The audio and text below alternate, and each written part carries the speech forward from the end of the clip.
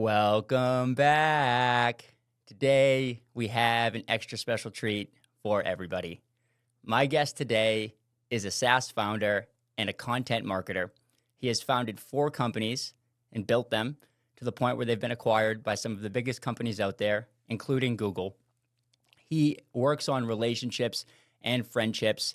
He is a Russian immigrant. He is a dad. He is a husband. He is a friend. My guest today, Dmitry Dragilev.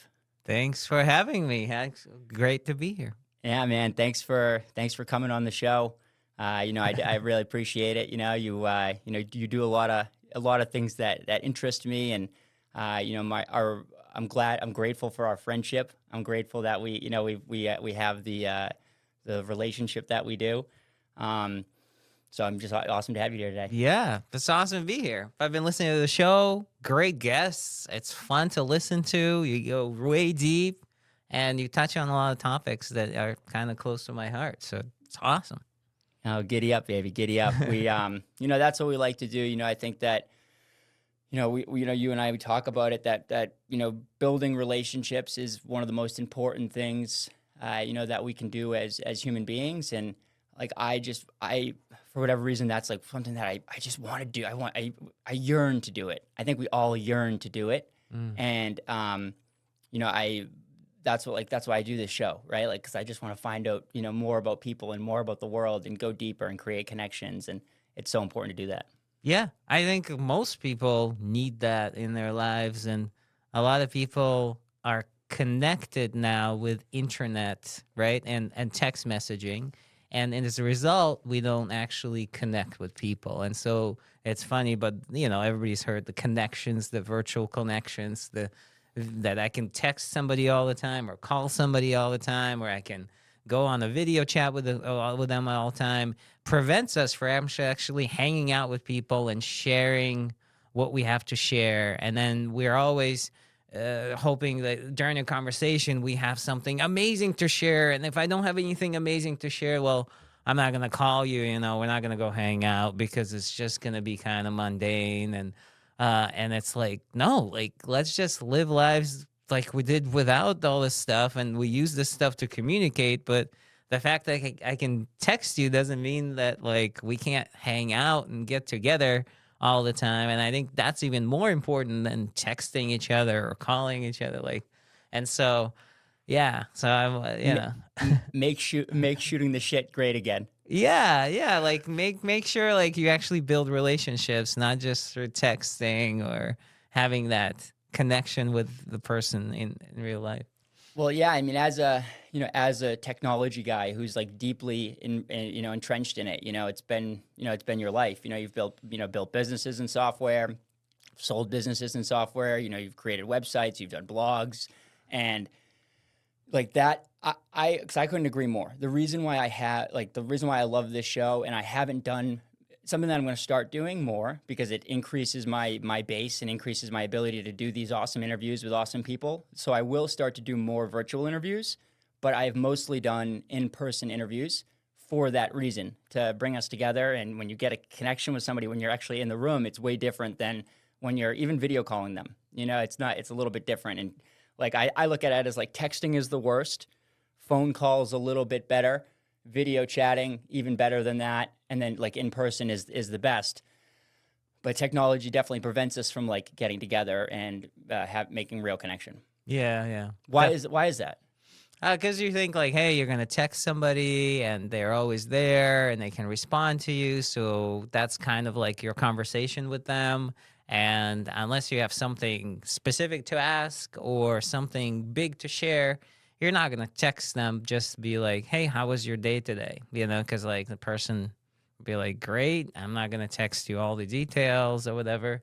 And so then the connection becomes this fake, like, I need something exciting to share to continue the relationship. Otherwise, I'm not going to text that person. And so it kind of becomes really tough to really build friends, and especially for men. I think women are better at building community or talking to each other or just talking about regular things. They can have a conversation around what cleaning products you're using, or what makeup products you're using, or like what are you doing for the break, or where are you going to shop, or I don't know, just like regular things. Men, I would not be asking you like, what kind of tomatoes you get for your salsa, like we're not going to have that. Like, we think this conversation is too beneath us or something. So we got to be like, well, like, how are you doing with your podcast? How many listeners you got? Or like, How much money are you earning? how How's much the job? money, are you earning? How's your job? Like, How many hours are you working? the serious stuff. But like, personally, it doesn't actually fulfill us. So it doesn't make our relationship stronger just because, somebody's done this or that. It's more like, hey, it's like real small things that actually build like helping each other with, things you're struggling with. And nobody wants to talk about like weak points and struggles that they have. It's just and getting help for them, or asking help even from their friends, like you're dealing with something, you're like, oh, I'll just do it on my own. They're like, I don't want to bother anybody, they're busy.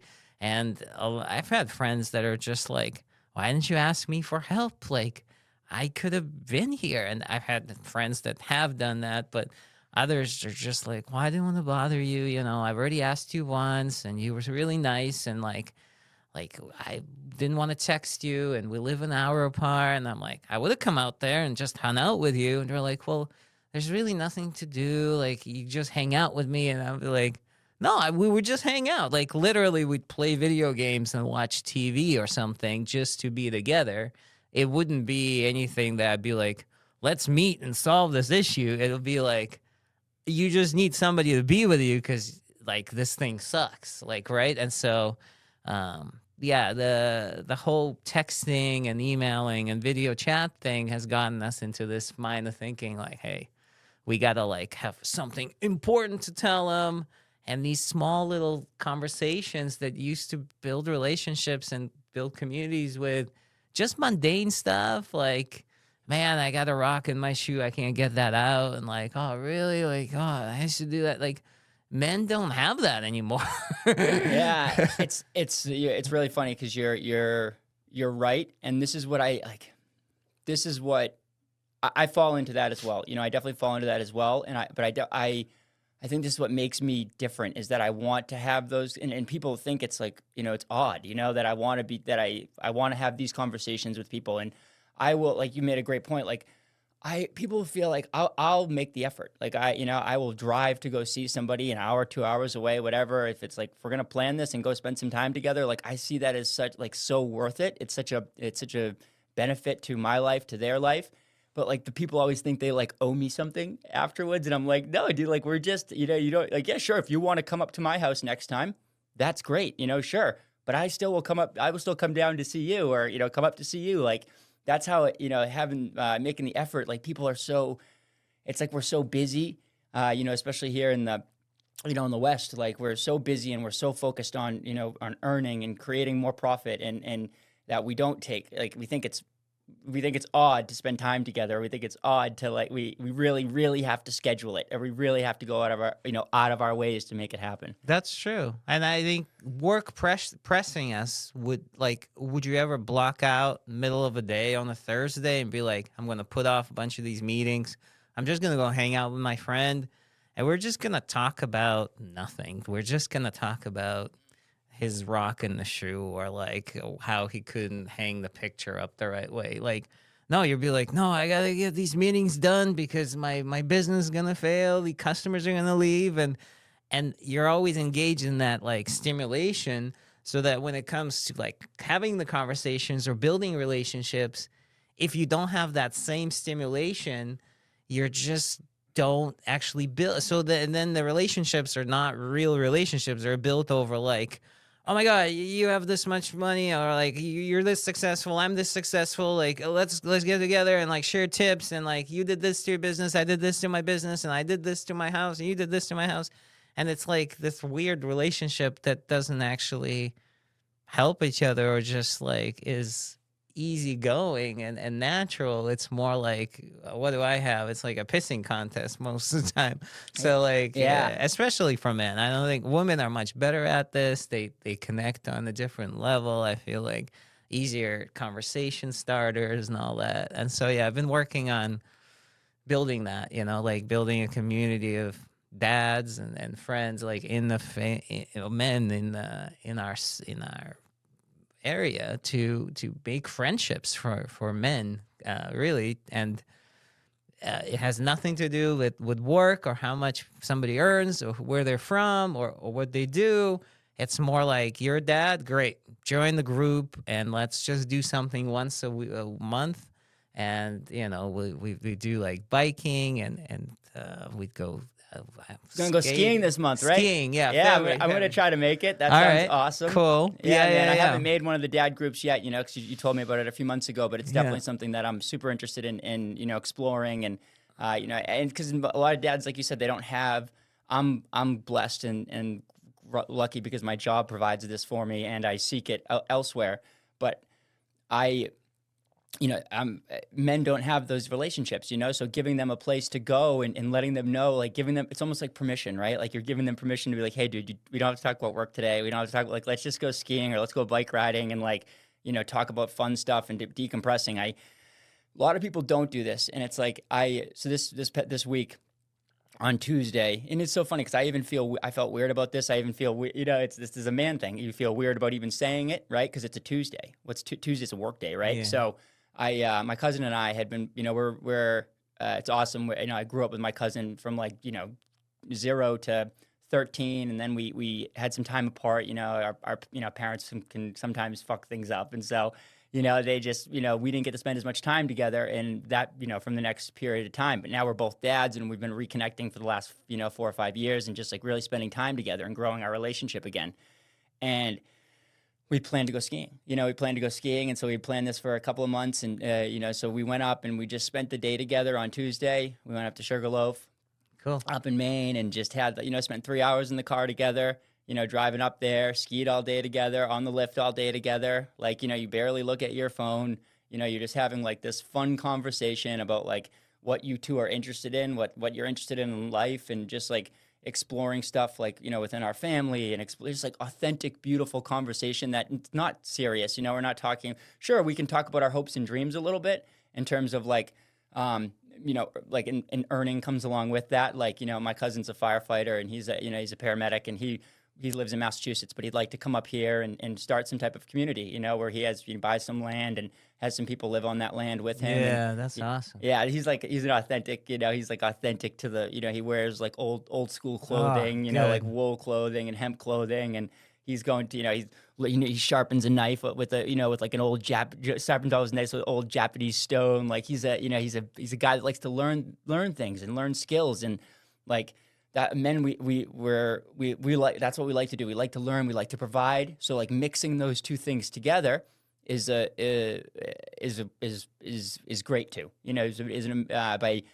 By sharing that stuff. Now he's going to find another community of maybe like knife sharpening people, or he does woodworking. So like woodworking communities, and That's cool. it is cool. And so he has that, right? But not a lot of men, they don't have that. They just go to work, they come home, they watch sports or they watch something on TV because that's like the easiest route. And they have to be there for their families instead of like, hey, like once a week, going out and, or once a month more, once every other week, going out, meeting up with other men, and just talking and sharing stuff. And can I ask you, like, is it okay, like when men get together, like, because this is another thing that men struggle with, right? Like it's good to shoot the shit, but it's also, and talk about nothing, but it's also good to like you said earlier, like to share our problems with each other and to see if we can help each other with our problems, and not like, it doesn't need to be like, hey, I'm having a trouble with my roof and I'm trying to figure out how to, get the best roof job. And can you help me with that? It's like, no, like I'm having this like deep internal struggle of like what I should do with this and that. And I need to share it with other men to get perspective on that. Yeah. I go to once a month, I don't get to go every month, but once a month I like to go to this place. It's I had check out the podcast with Josh Pouliot.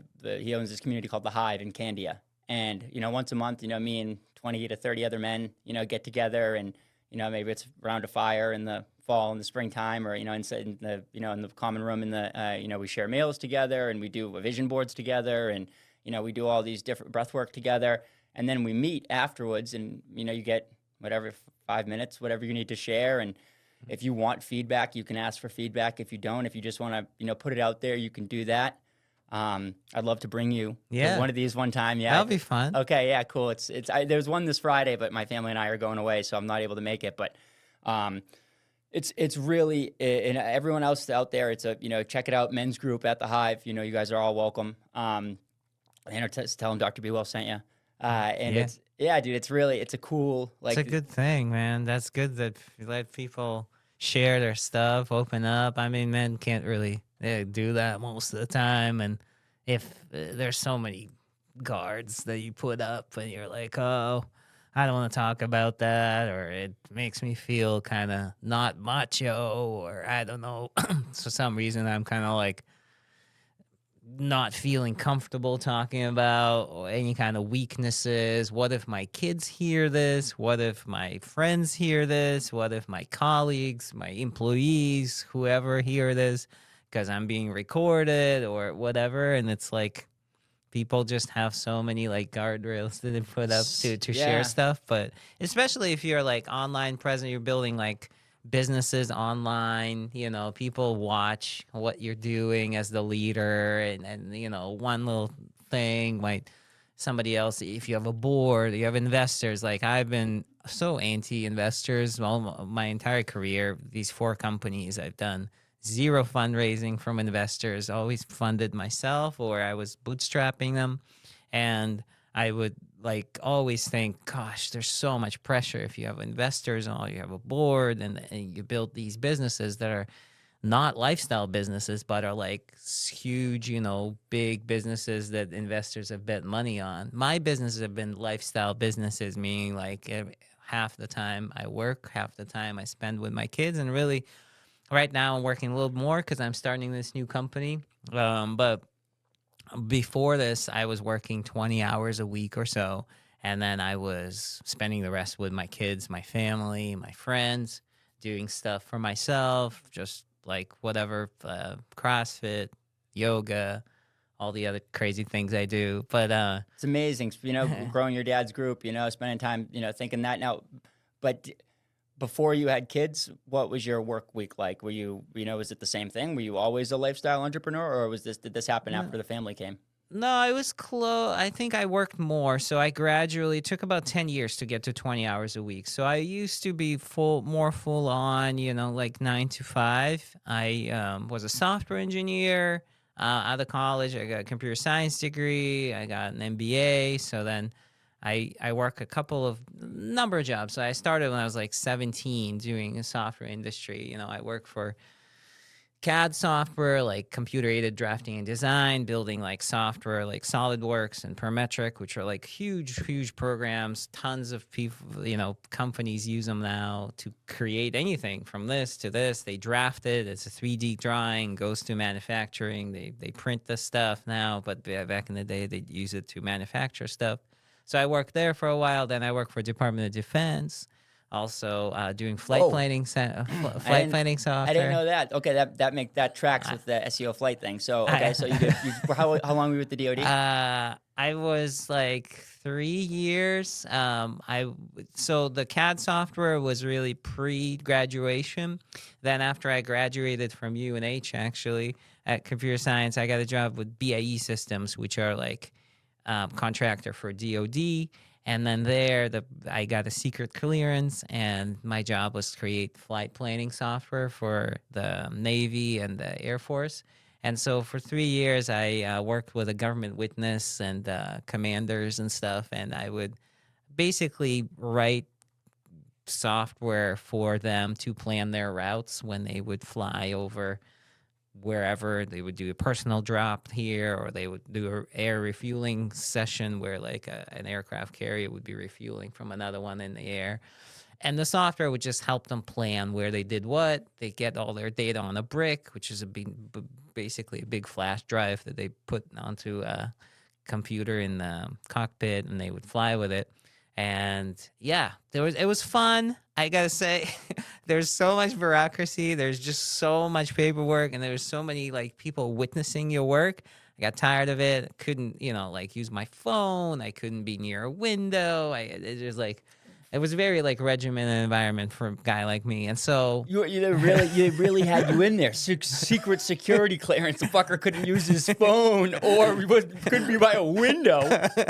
it was just very like specific. You had to clock in your hours, you clock out like once every 3 weeks. You met with your like commander or whoever like the person was who was overseeing the project.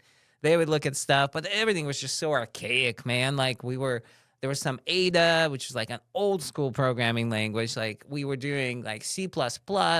And at the time I really wanted to use C#. And it was like, oh, like Microsoft Visual Studio, like we can't upgrade to C#. And I was like half the world is already like jamming on like JavaScript. This like 2000, like 5, like 6, like I was just like, what are you guys doing? And but it was, like it's the DoD, so it was interesting, but like I just got, after 3 years, so fed up with it. That was a 40-hour week kind of like regular job, and then after that I was just got a job doing some other things around software engineering. And then I kind of moved to Silicon Valley and started looking at what people were doing, building their own businesses. And then you wanted to use Java. Yeah, JavaScript or something cool. I transitioned to the marketing side pretty much. I got an MBA, and then after that, I just ended up building companies. And that's where I started like, oh, all these startup entrepreneurs are just like crazy, like work, like just all the time on. And it was like the culture, like look at that guy who did 60 hours a week or whatever, and like he was able to accomplish this. And it was like, why are they like talking about him as if he's like amazing? I was like, 60 hours a week sounds horrible. Like, and yeah, he has this like a company worth $1 billion, but like his relationships suck. Like look at his like family life. How much time do you spend with your kids? And then I read Clayton Christensen's book. Clayton Christensen, he wrote Innovator's Dilemma, but he also wrote How Will You Measure Your Life? And in there, he goes back to his Harvard class, and he goes to like Enron or like the McKinsey and like all these Fortune 500 companies, and like his classmates are like leaders in these companies. They're the most successful people on paper. You have like these like P&G, and you have Walmart, and you have all these big brands, and they're executives at these brands, and they're like on their 7th wife. They have 5 kids they don't talk to. Like they have no friends, and they're just the most miserable people when you talk to them face to face. And it's like, how did that happen? Like, where was the disconnect? A lot of them were like actually like great people in terms of like community service as well. They were like helping out nonprofits. They were speaking and on boards, and they were donating money, and they were like doing all these efforts. But personally, they were the most depressed people on earth, and he really had an impact on me. I was like, okay, I can't be that like $1 billion company with like 60 hours a week person that brand is known everywhere. I need to be something else. And that's where I started going down the path of lifestyle business. The business earns enough money. If it gets acquired for an okay amount of money, but nothing like insane. Like you still have to work afterwards. You're not going to buy 3-4 houses, but you're going to put something in your savings. And I was like, okay, so that would be like my outcome for these businesses. And I also going to be putting in half the time or third of the time of what most people do.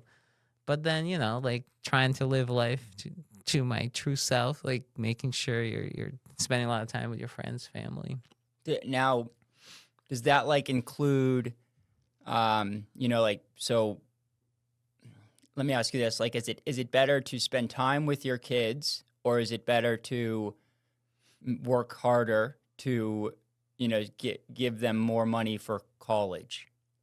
Yeah, I think, like probably spend time with your kids for me personally, because I was thinking even money you for might be able to. Sorry, I didn't mean to interrupt you. You might be able to do both. There's some people Yeah. might be able to do both. Which is amazing. That's amazing. I mean, Right? I wouldn't. Right now, we're of a mindset of like sending them abroad, like college, Europe or Canada or something, and having them cover pretty much most of it or maybe half of it. A friend of mine, his niece is going to University of Amsterdam, which is $10,000 a month, $10,000 a year for U.S. citizens. So, and it's a 3-year program for an undergrad instead of 4 because they do it in 3 years. So it's 30 grand for the whole undergrad degree. She's doing business, so she's getting an undergrad out of University of Amsterdam, and that's a fine school. Like and so there's all these opportunities there. So I'm like saving up for school. Go live in Denmark for 4 years. That would be great. Go live in different countries for 4 years. That 3 years that would be awesome, right? Yeah, Netherlands. Netherlands. Excuse me, not Denmark. Netherlands or even Copenhagen in Denmark would be kind of good too. Like Denmark's on my mind because the Greenland. The Greenland stuff going on in the United States. Yeah, Copenhagen, Denmark. Yeah, exactly. Yeah, the Netherlands though, that would be. Yeah, that'd be great. That whole, and if you're in Europe, you're going to explore it. You're going to. So what a great experience. That is should neat. be kind of fun. So we're thinking about that for the kids, like doing European sort of college. We might, we got to save some for the high school probably for them because they wouldn't be able to put themselves through high school, and we just don't know if the way the education system is shaping up here, if high school would be the best one that we have here in our local town for the kids. Just because academically they might need something else, but we'll see. Because they're smarter than the people that are. It's just like the ethos of the culture, right? It's a very sports-driven community in the high school. So our kids, like we do Russian School of Math, like they on weekends, like they have like extra math and like. They need a little bit of that, like, the sports, like my son is playing basketball, so maybe he'll get into that as well. But I'd love the school to be like a little bit more driven on the academics and teaching them how to think a little more in reason than play sports, because the mentality in the West, or at least here in the US a lot, has been like sports, right? So like I'd hire that guy because he got up at 5 a.m. and had the discipline to do 3 hours of rowing before the other kids even woke up, and he earned 3, 4, 5 medals. And that's something to say about that. Like, that's good to have discipline like that, but I also think really need we need people who are thinkers, who can like think critically and solve problems and converse and have communication skills. And for that, just schools where I don't have to seek out the good teachers. Like, I'm gonna be like, there's like 3 teachers that you really need your kid to be in this high school. And that's what like people who are into this are like, okay, that's what they do. They're like, well, it's a good school, but you got to seek out the teachers that you want to be there. Otherwise, it's not really that good of an experience. I was like, oh gosh, like I don't want to like push like for this. What if I don't get the teacher I want for my kid for math or history or English? Like, what do I do then? Like, do I have to switch them then? Yeah. So super challenging. And you're right. The culture is like that. Are there private schools around here and that focus more, that are, because a lot of the private schools are sports focused as well. I mean, they're definitely more academic focused than a lot of public schools. There are public schools. I mean, private schools, and they're so like you're paying 40, 50 grand a year for these private schools as well, and it's just like high school. It's kind of ridiculous. There is some, like, for example, Durham. They have an amazing high school, like really great public high school. For which you can maybe transfer in for some tuition kind of thing, but you don't pay exuberant amounts because it's still a public school. But if you're transferring from out of town, you could pay a little bit. So we're thinking about that. It's just... It's good to know. I'm gonna, that whole school district, Oyster River. Yeah. The Oyster River School District is regarded as one of the best. It Lee, is. Durham. Yeah. So we're looking into that maybe.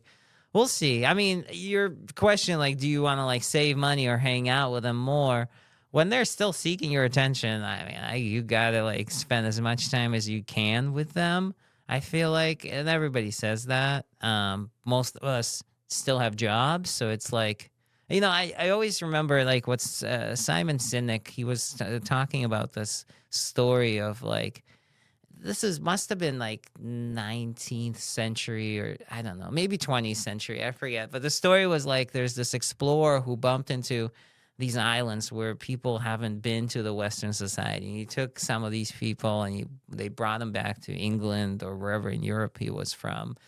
And they hung out with him and they were like, well, what are you doing every day? And the guy's like, what do you mean? We go to work. Like, they're like, where are your kids? And they're like, well, they go and they do school and stuff. And they're like, why aren't you teaching them how to do like this and that? And he's like, because I got to work. I got to earn money.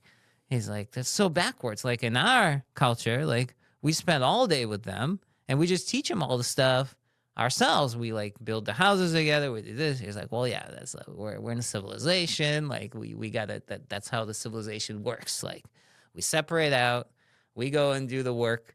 And then they go and do, and then we hire these other teachers, and then they teach them, right? And they're like, well, do you know them really well? He's like, well, we talk to them sometimes, He's like, how often? Well, once every like 5 months or 6 months. You're like, really? Like the kids spend like all this time with them, and you do once every. He's like, well, maybe we meet with them once in a while too, but we get a lot of stuff from them, and we kind of read it. And it was just so backwards for them. So I was like, gosh, like, yeah, you got to be present with your kids and you got to be there to like hanging out with them, just hanging out and doing stuff.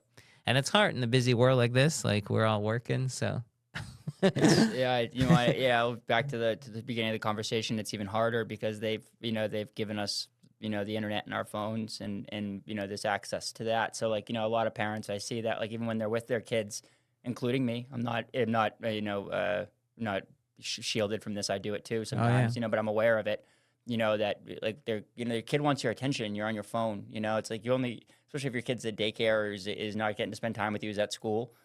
Like you need to spend that time with them. You need to that's all they want to do is engage with you. And like I really do think there's a problem with the world that needs to be. Like eventually, it won't always be like this, because we're supposed to spend more time with our kids and with our family. Like by the time your kid is like, 12 years old, you've probably spent, like 75% of the time that you're going to spend together in your entire life. And then, from 12 to 18, you're going to get like, that's like 90% of the time. After they're 18, like that's just 10% that's the time that you have left. You've already spent the 90% of the time that you guys are going to spend together. That's when it is, from 0 to 18. That's crazy. It's crazy, right? So like our society, like, does that to us, and the civilization, and we think that it's like all this good stuff so that we can earn all this money and then we can send our kids away like to somewhere even further. I think that's another thing that like our generation that's dealing with something that's unique that no other generation has had to deal with before. Besides like some people doing it, maybe 10% of the population did this. Now it's more like 70, is that no one lives where they grew up anymore. Everyone leaves from their hometown. Yeah. So like back in the day, people, and I'm sure this was like this where you grew up in Russia and because you were only in Russia till you were like, what, 9 or 10? Yeah, I left when I was 10 years old. 10. Mm-hmm. Yeah. And so like, so you had like a little bit of experience there and here from like a community aspect, right? I mean, it might've been tougher when you got here because you were an immigrant. So it's like harder to assimilate into the community and in this culture that exists here. But back in the day we just all lived in the same town and, or maybe a town over, and we would all it was easy to get families together. And now that's just not the case. I've 3 siblings. I have 3 surviving siblings, and we all live 2 hours away from each other, like in an hour and a half, 2 hours in a different direction. And my dad lives an hour away, an hour away. So like even getting together, you used to be able to come over once a week or whatever, just stop by and be with your family. Or now you have to create new friends, that friends that you didn't necessarily grow up with either. Like that was always a thing, that you have your friends that you grew up with. Now you're living 5-6 hours away, 2 hours away from them. And like I don't live in like none of my friends that I grew up with live. You ever tell your friends we'll be friends forever? You ever say that when I was 16 years old or of course 12 or something? Dude, we'll be friends forever. Let's make a pact. Yeah. You'd like do fake tattoos, and you'd be like, you put sworn. And then I remember doing that. And then like my friend's dad said like, no, you'll be friends with like whoever your kids are friends with. And you'll be friends with their dads and moms. And I'd be like, whatever, mister. Like, stupid. I'll be friends with my friends. Now I see it. Like, like kid comes up to some other kid in the playground. They play together. Next thing you know, you're hanging out with their family every day because that's what you do. And then eventually they want to play date with that person. So now you're just with them all the time. So then you got to work on your own relationships. And most of us are like, we're just tired. We got like the kids and we got to put them to bed and then we got to cook and we got to do like groceries and then the house and we need to fix up this and that. And like there's work and pushing on us and like all this stuff pushing on us. And now we're just rushing through these years and we're just like running. We're running because there's messages. There's messages everywhere. You got messages on Slack and on email and on text. And hey, did you read my message? No. Oh, you missed my message? Oh, like, really? You missed that message? Yeah, I missed your message. Yeah, I did because there's too many of them. I didn't check my 10. I didn't check my 10 platforms to see what message I got. I'm sorry that I missed it. Well, it's an emergency. Like things broke down. Like where were you? Like what the heck? Like like and then anxiety. Like you wake up, you're like, gosh, I haven't been good at like like checking the stuff, like responding. Like people need my work, my help. Like.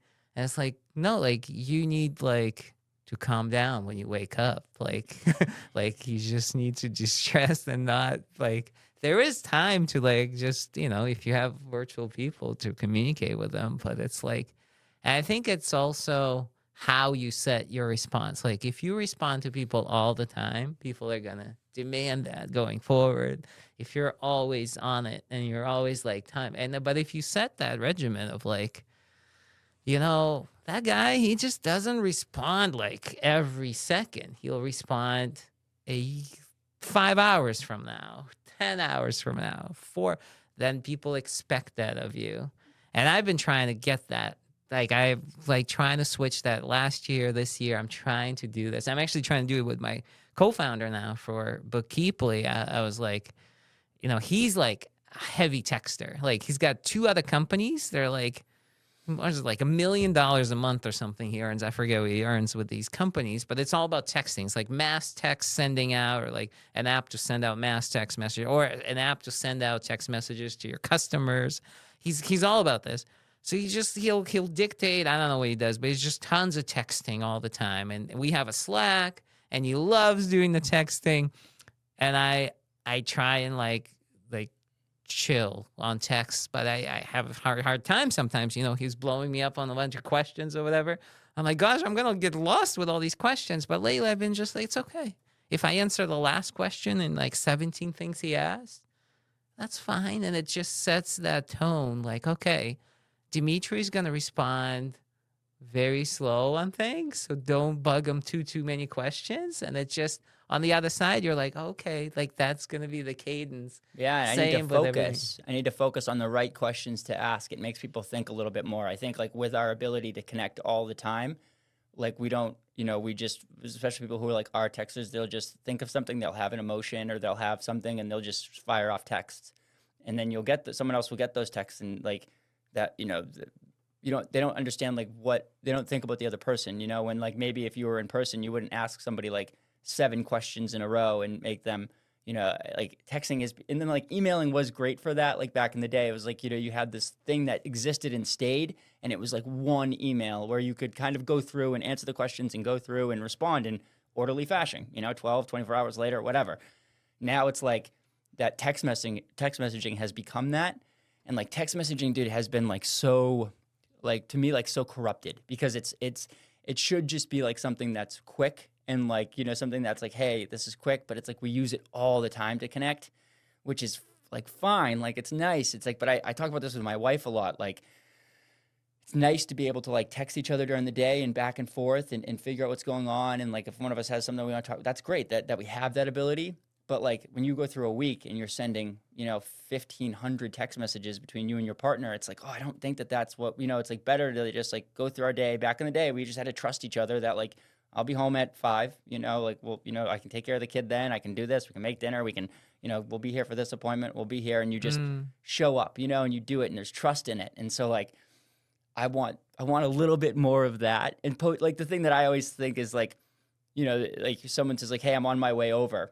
And it's like, okay, like that's cool. Like I know where you live. You're on my way over. You live like about 30 minutes away. And they text me back like ETA. I'm like, I just fucking told you my ETA. I'm not going to look at my GPS and give you the exact time that I'm going to be there because I know that I'm like this too, right? I want to know exactly when someone's coming to my house because like that's what my first thought is. Like, oh, when's this person coming so I can have everything ready and all this stuff. And it's like, the person doesn't care about that. They're coming to my house to like see me and my kid and hang out, like whatever. And if they judge me, whatever, fuck them. That doesn't matter anyways. Yeah. It's like, so it's like, come on over, just come over. When you get here, you get here. And I'm constantly being like taught these lessons through like other parts of my life, like, on the ski trip, right? Like I went on Tuesday and we're meeting a guy we're going to be doing a really cool episode with a guy who's a ski patroller who's going to talk about the lore of ski patrol. And like, this is actually like, very in tune with this. Like they are relationship people, relationship with the job, relationship with their fellow patrol, relationship with the mountain. Yeah. A lot of these people don't, you want to talk about the people who use their phone and technology the least. It's probably like ski patrol people, it's like one of the last like true authentic jobs. And we're going to have a deep conversation about this. And this is how this kid is, So I'm like trying to make the plans to go up there to meet him and to do all this stuff. And like, he just like, hey, I'll meet you when you get up here. Do this, So I probably sent him like 5 or 6 text messages. He didn't respond, and I loved it because like I said, I got like I was like, I felt a little anxiety from it, and then I was like, no, that's just your nervous system, being like everyone else in the world. Be who you authentically are, and trust and love. And so of course, you drive up there, you give him a call. He says, hey, dude, right here, giddy up, come meet us out here. Everything works out. Everything's fine. We have the best day. So it's like we're so hyper connected and it makes everybody more anxious and more stressed. It's not good. Not good. Less connectivity. I'm looking for like maybe next startup would be stopping text. So I've been on this for a while. I wanted to get a flip phone for a long time. Corey she doesn't want me to have it. So I'm kind of like, maybe I should get something which slows down texts, either like put some silent, doesn't show them until the next day, or something that hides them, or if there's too many coming in, it just like literally makes them disappear. I want to build something that messes with your text message. You want to know it'd be pretty cool? Let's work this out a little bit, and maybe you've thought about a lot of this stuff already, but like I think it would be pretty neat if we you got text messages, right? Like you were a person who's like, we came to a system where it's like, I'm not going to, check my text messages every day. Like there's people that you will accept text messages from, whenever, your wife, your kids, whoever, like that need to come through. But then all other messages are aggregated into into this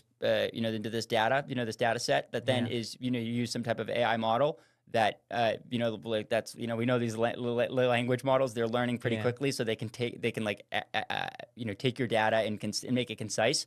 So it's like, what are the most important text messages that I got? If somebody sent me like 10 text messages, like turn that into like one, so like just give me a page, this big, one sheet of, awesome. Once a day of like what I, do I need to respond to this? What, WhatsApp, and then like, even having it automated, you probably wouldn't want this, but like even having it automated to like sometimes respond for you, or like, like not pretending to be you, but like just being like, hey, like this is this is not urgent. I will, I will be getting back to you soon. That'll be awesome, man. That's where, we're building this for bookkeepers. Bookkeepers, all they do is they categorize transactions day in, day out, but they always ask clients like ourselves, like, hey, what was that transaction for the space rental? Like, what is that? Or like that trip, what was that? And so us as clients, we hate being bugged. So we're building an app that allows us to kind of compile all the questions into a nice format. It's beautiful.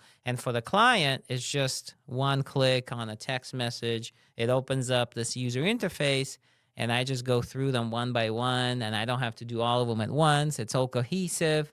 It's like processed. So like 17 questions from a bookkeeper would be like these 2 things that you need to clarify. It's not like 17 things in the email and a spreadsheet and like I got to go QuickBooks and click a bunch of buttons. Like none of that. It's like, here's 2 things, 3 things you need to answer because they just had tons of things going on here that they were trying to send you, but all of that gets translated into just a few. And so it'll be cool if we could do that for text messages. I haven't looked at like how to even work with text messages, how to silence them. I tried to shut them off, and I think Verizon and both AT&T too said, we can shut them off for you, but that'll be it. Like it'll be just shut off. And I'll be like, well, I do need some text messages. Like I'm trying to verify my bank account. I'm like, I don't get text messages anymore. Like I can't like log into my bank account. Like what did I do? Yeah. I call them up. I'm like, I guess put it on. And they're like, that's it, on and off. Right. Yeah. Now but like, because when you say text messages, you just mean like SMS through the phone, like, or because you think like, or are you talking about like, because that's the other thing too. We're doing text messaging on. On all the platforms, right? Yeah. So it's like, I have groups on Facebook Messenger. I have groups in WhatsApp. I have text message groups with my friends. Too many. I took everything off. I have WhatsApp on my phone because that's how I call my dad and like my relatives in Israel. And then I kind of have to have it. And I think WhatsApp and SMS for now, for me, for the first like version of this new app that we just conceived on this podcast here. I love it. Yeah, dude, it's like, I feel like your work is, your most of it has been trying to like help people, not only like help yourself go towards the lifestyle entrepreneurship, but like to also help other people do that, to help people who are doing kind of like what you're doing, try to simplify their life and make their life a little bit easier. Yeah, definitely. Trying to like make sure everybody lives a happy, fulfilled life that is, is bringing them joy, is bringing everyone else joy around them, that they're not burnt out. We have this obsession with like money and status and like, it's so ingrained in us, and we're still like, even like after a decade of this, 2 decades of this, we still look at entrepreneurs and think, oh my God, look at that guy. It was $100 million exit. Like, what am I doing with my life? I couldn't achieve. And I'm like, why are you even thinking that? Like anybody who has that kind of exit usually doesn't have any relationship with their loved ones, their friends, their relatives. They are just really good on paper, but they're not good, like happy and like living a fulfilled life for themselves and the people around them, and just alienating the culture. So, I try and work with any entrepreneurs or connect with them and build communities and just talk to people and talk a lot about this anyway. Cannabis products are becoming more popular every day. Whether you're looking for the best night's sleep, trying to mitigate daily stress, or just trying to enjoy some laughter with friends, OG Cannabis is the store for you. OG Cannabis has an unbiased approach that is unique and simple. Unlike the competition, they don't sell their own manufactured products, but instead proudly showcase the best vendors across Maine. A dispensary like no other. Come and visit today at 18 American Way, Elliott, Maine. OG Cannabis. Oh, and don't forget to use my promo code, Dr. BeeWell. See you guys there. Giddy up.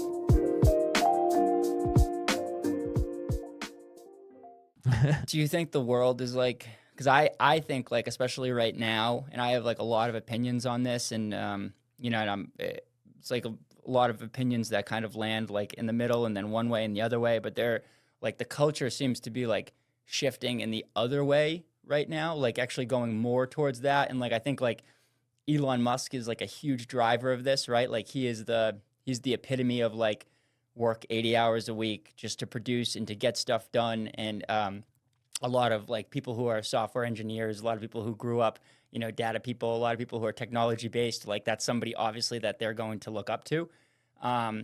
So like, what do you think about that? Like, because if you look, like, I think he's probably better at it now, but like, his whole story is like, working 80 hours a week, never stopping, always being on the floor working, like that's the way he portrays it at least, so I'm just curious what your thoughts are there. Like I think people look at other celebrities and they somehow try and build a connection and either level up to them or just like try and act a little bit like them, and it's just so against what you should usually be doing. Like you should be like the biggest regret the most people have on their deathbeds is I did not live my life true to myself. And there was a woman who did this long survey, 15,000 people or something like that across I don't know how many years, but she published a book about it. I forget her name, but the biggest regret was this: I did not live my life true to myself, meaning like, I focused on money too much. I focused on my, like, how much I've accomplished with my career, how many companies I've built, how many whatever that I've tried to achieve. And some of it was good stuff. It was like they were saving people, like they built something for a cure for malaria. They built, they saved 5,000 lives to do this or that. But was it true to themselves? It was not true to themselves. True to themselves was like, these other things. And a lot of people can't even find what's true to themselves. But it certainly isn't a lot of times like equating yourself to a celebrity or somebody who's just like trying to do something amazing that you love. And I think, if somebody's trying to push for something and he has a lot of, power and they're not doing more for, children, women, like nonprofits, it just like it rubs me the wrong way. I don't care like how successful you are with things you've accomplished with, like cars or whatever, space and whatever it is that you build. If you're not giving back to the community, to the world in a meaningful way consistently, and you are not really helpful, then you shouldn't really, people shouldn't, focus on you as much. So I think, try to really dig deep into what is true to yourself. Like what really, fulfills you and makes you feel good, and how can you help the world? And I think that's better way to think about it, but not as sexy. You want like Brian Johnson from Venmo. I don't know if you've followed this story, but there's a documentary about this guy, Brian Johnson, right? So he was Don't Die, Brian Johnson. He was from Braintree, and then he sold Venmo for like $1 billion, and now he's like hacking his life. Yeah, Don't Die. That's the name of his brand, Brian Johnson. He also has something called Blueprint or something. Blueprint. Yeah. Mm-hmm. Yep. And so like, it's kind of crazy what he's doing. Like he's just like I think he was like immunosuppress therapy where he suppressed. He was taking rapamycin for 4 years, and then he came off of it because he found out that it wasn't working for him. Yeah, it was, he was just doing all these like crazy body hacking, right? And so somebody looking at that might be like, well, that's really amazing. That's like I should like try and live like him, and again, like you got to know like his upbringing, his whole story of like Mormon church and like this family he ran away from, and like his kids who don't talk to him, and one of these kids lives with him, and like just like how he arrived to where he is and what he's doing is kind of crazy. And it's like you got to like sum up the whole picture, and we only see this one little image of the person. Like, oh my God, look at him. He looks 37 and he's 45. I want to be like him. Look at Elon Musk. He's a billionaire. He's so genius. He built these companies. I want to be like him because, like he just works really hard. So that's what I got to do. We don't know like the whole picture around it. If we knew all those little aspects, like how much time does he spend with his kids? How many times, like, Brian Johnson, he's divorced, he lives a rudimentary life of going to sleep at 8:30 in the morning. He can't go outside because he doesn't like the sun. He can't have sun on him. He only goes out a certain amount of the time. Like he eats like some kind of crazy specimen of like these little tiny things that are created. His diet is crazy. He doesn't drive fast. He doesn't, he doesn't socialize as much. He doesn't like hang out. Like, and he's shut off his brain, so he doesn't need to use his brain anymore. Like it's all like it's just like a blueprint. And I'm like, well, yeah, if you start figuring out all these little aspects of like family life, community life, friendship life. I mean, he's sad that Brian Jones sad that his son is leaving in 5 months to go to college because he's the only like other human being that hangs out with him and does his workouts or whatever he's doing. And he's got that woman who Yeah. also like The woman, yeah, who does it with him. does it with him. But I'm just like, do you want that for your life? Probably not, right? Like maybe you do, but like really live life true to yourself. And if you don't know, and a lot of us are struggling to figure that out, work deeper into figuring out what that is like, and it can take time, but certainly don't equate to like these that is just toxic to try and like, oh, I want to be like him, or look at him, like I kind of, like he's very inspired. I want to go like do like just think of like what's best for you, like what kind of life do you want in 10 years, imagine it, like talk to your friend about it, like what do you want to do in 10 years, like how do you want your day-to-day to go, like in 10 years from now, like 45, like in 55, or like if you're 35 now, when you're 45, where do you want to be?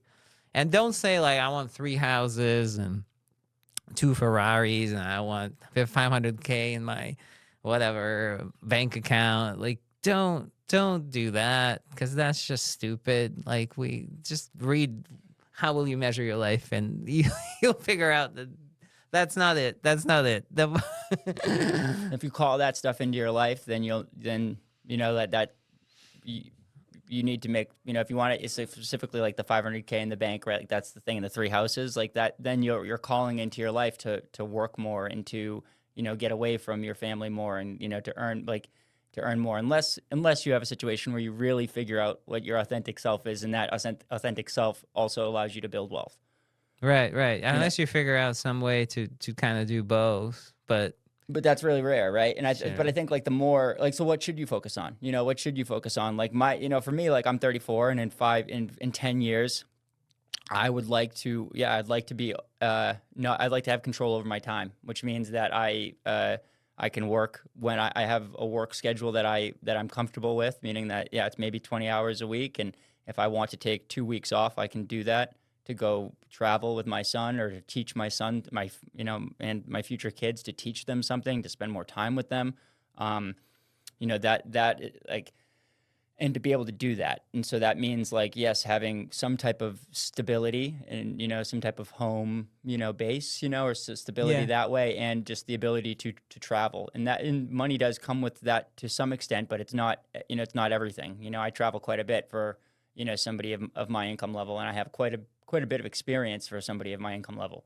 So like, I know you don't need all this endless amounts of money to do things, but to set yourself up. That's what my goal is just to, I don't think about it in money. I think about it in, time. Like passive income. I mean, that's been my goal for a long time. Like when I was 35, I'm 42 now, but like when I was 35, I would like passive income, and I really, honed in on that, built these companies in a way that it's passive income. Right now I'm working 25 to 30 hours a week, a little bit more than my usual 20.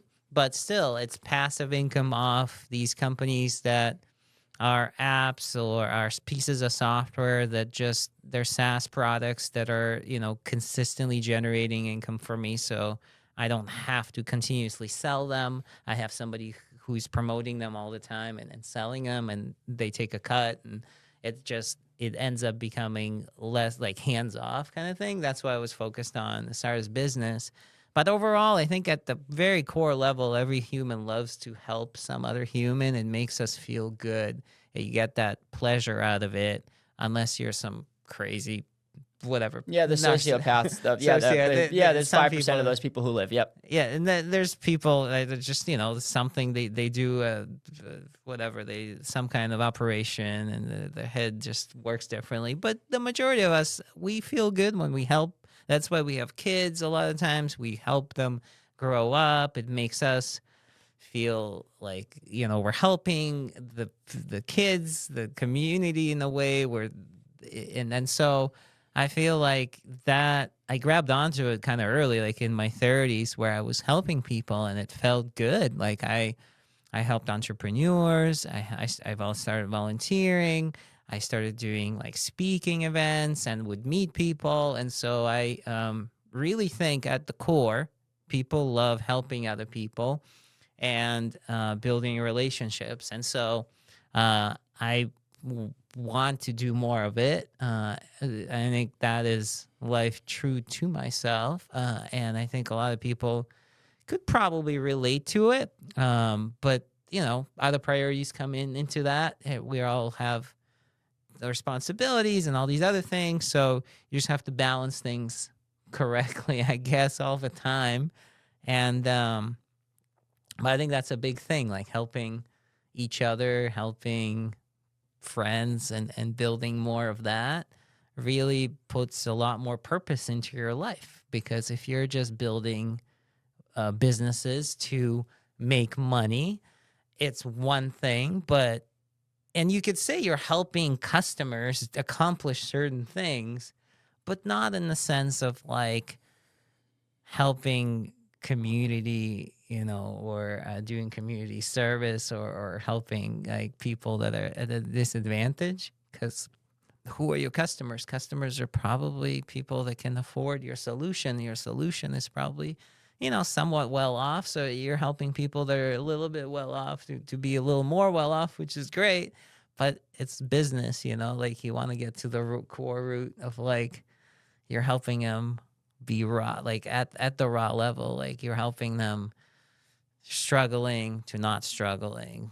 Like this person had this career, like get them a better, like whatever career path that they're struggling with, or this person's going through divorce, like you help them deal with it and get out of it, or figure out a good solution. And every time you do that, you have that like feeling of like fulfillment and feel good. And so I feel like it's just cool to connect with people.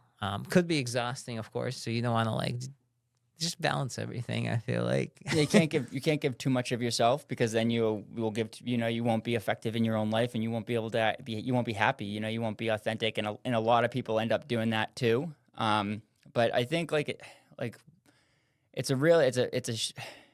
as we become like a more connected, globalized, you know, connected parentheses world, you know, like I just like how much do you talk to your mom? my mom is I talk to my mom every day because she's dead, so Oh, okay. she's not with Sorry. us. So, no, she's here with I us didn't now. know What's that. up, Mom? You know, no, I know you didn't. But my dad, for instance, so my dad's still alive. My mom died about 2 years ago, and before she died, I talked to her. You know, I mean, she was dying of cancer, so like the last 3 years I talked to her every day, because I would text her every Wow, day, yeah. and you know, say, Yeah. you know, make it a great day, love you so much, whatever.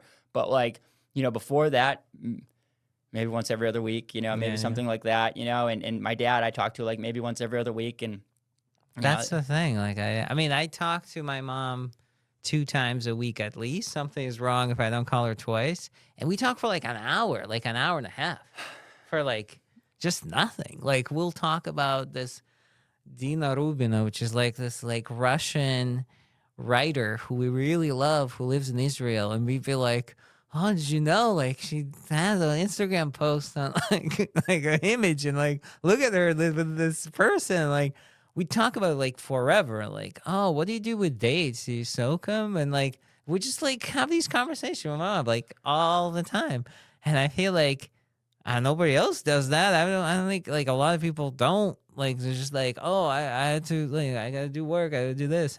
I just like literally like block off like time in the middle of my day and call my mom, and I'll be like, yeah, our app is going down, but yeah, I'm not gonna have a conversations with I'm just gonna call my mom, talk about dates and stuff.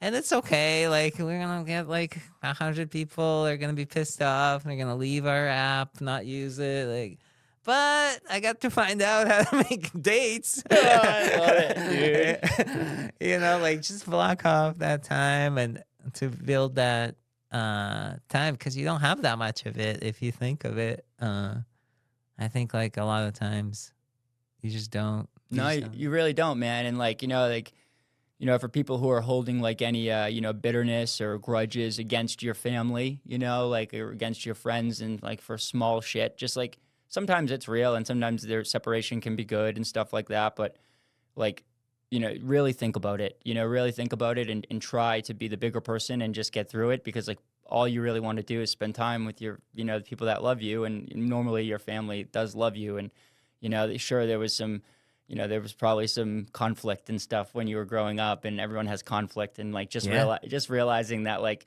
your parents were likely trying. There's 5% of bad people, and everyone's situation's different. But like, they're likely trying their best, trying to give you what they could. And so just love them. Just call them, and I say it a lot. I do. My dad and I will ebb and flow, like there's times where, like I said, once every 2 weeks, but when I call him, that's the whole thing. Sometimes when I call him, it's like shit, cause we're going to talk for 2 hours. We just can't help ourselves. We're friends. He understands my perspective. I understand his perspective. And so like, and like, it's kind of cool. Cause like he's grown a lot as a man. I've grown a lot as a man. And like, he will openly admit to me, which I never would have thought as a kid, like that this would ever happen. He will openly admit to me that, that I've helped him grow because of who I am as a human being, Wow. because I'm so authentic to who I am, and I'm unable to be any other way.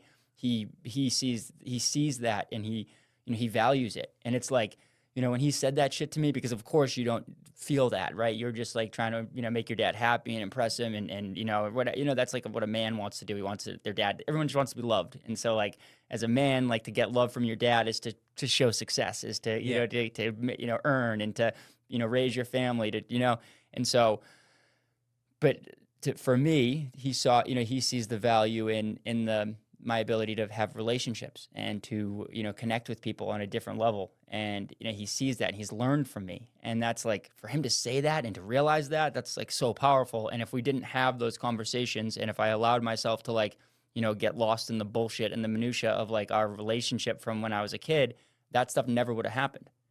Mm. Like I go away this weekend, like for instance, I had an opportunity to go away this weekend with my wife. My brother, owns a place in Attitash, just like one of the hotels. He does like a, timeshare type of deal. He gets tons of weeks a year, great deal on it. And my brother's like, hey, we're not going up there. If you guys want to go up there, we know you live close, like go up there and have some fun. And we were like, okay, giddy up, we'll do it. And like, I immediately, like I was supposed to hang out with my dad on that Saturday. So I was like, oh, why don't we just like do all of it? Like, he can come up too. And, he has a, my mom died, so he has a new girlfriend. And so like, I invited her up, and like whatever. Some people might, some people think that like in my family, like my dad moved on quicker than he probably should have. And like that, but that's, who cares, like he's happy. My mom, he helped my mom die, he helped her, he was there for her. They didn't have the best relationship, but they had their relationship. And, he seemed like he was trying his best. And so it's like, I just try to just love him for who he is. And so they're going to come up and spend time with us this weekend. And so it's like, you just got to push for this stuff, man. You gotta schedule it. You gotta, not allow like, feelings to always get in the way, because you do need to protect yourself and to grow, because if you don't get away from your family, then you will always fall back into some type of dynamic potentially. But when you do get past that, just, re-engage, love each other, like call your siblings, call your friends, spend time with people. It's like it's the most important thing as human beings. And especially in this culture, we're getting the furthest away from it. Like kids, like when I grew up, we talked about sports and how they were so like, they're so focused on that right now. Like when I was in, that really picked up for me, like, 8th grade, 9th grade, maybe 7th grade, 6th grade, 7th grade, whatever. I started to pick it up and play more. Had like a basketball practice on the weekend, and then, then a game and stuff like that. And so like there was more going around, but now, dude, my nieces and nephews, they're like, 8th grade, 7th grade, 5th grade, 3rd grade. And these kids are playing one sport all year long, all year round, just to try to get, and it's like the demand on these kids is insane. And it's not necessarily like, you said, it would probably be a little bit better if it was a little bit more balanced towards academics, and discipline and academics. And I think some people still have that, there still definitely is that, because there's people who don't want to play sports and, aren't necessarily, aren't sports people, and they're, so it exists. But like we the culture here is very dominated by, and sports are good. I will say, like, ultimately sports are good. Like, I think it's great that your son Tate is playing basketball because, like, even, you guys are doing all the, even if he becomes more of an academic guy and he's more focused on, academia and that path, the camaraderie and the togetherness and the teamwork that he'll learn from sports is like, you can't teach that. It's, dude, I that's the whole thing is I wouldn't be the person that I am today if I didn't have my sporting experiences. It taught me how to be a leader. It taught me that, like, hey, I have the ability to, like, use the skills that were given to me that I'm comfortable with to help other people, be comfortable with what they're good at.